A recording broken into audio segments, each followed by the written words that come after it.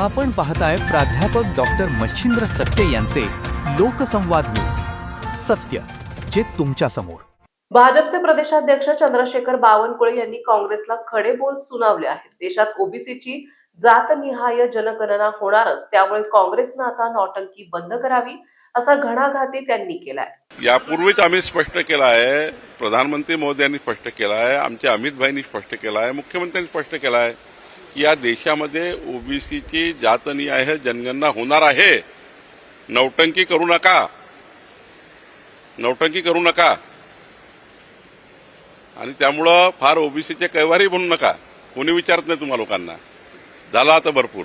सत्ता होते तेव्हा काही केलं नाही. कोणी थांबवलं होतं यांना?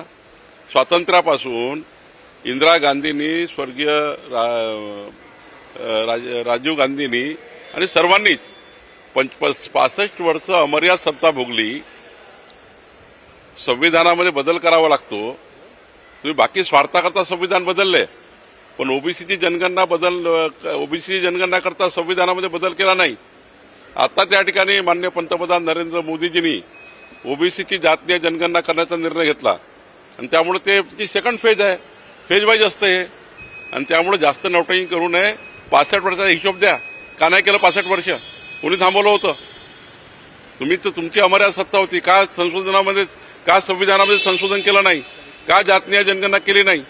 आणि त्यामुळं नौटंकी बंद करा. आमचं सरकार, माननीय पंतप्रधान नरेंद्र मोदीजी आणि आमचं सरकार जातीय जनगणना करणार आहे.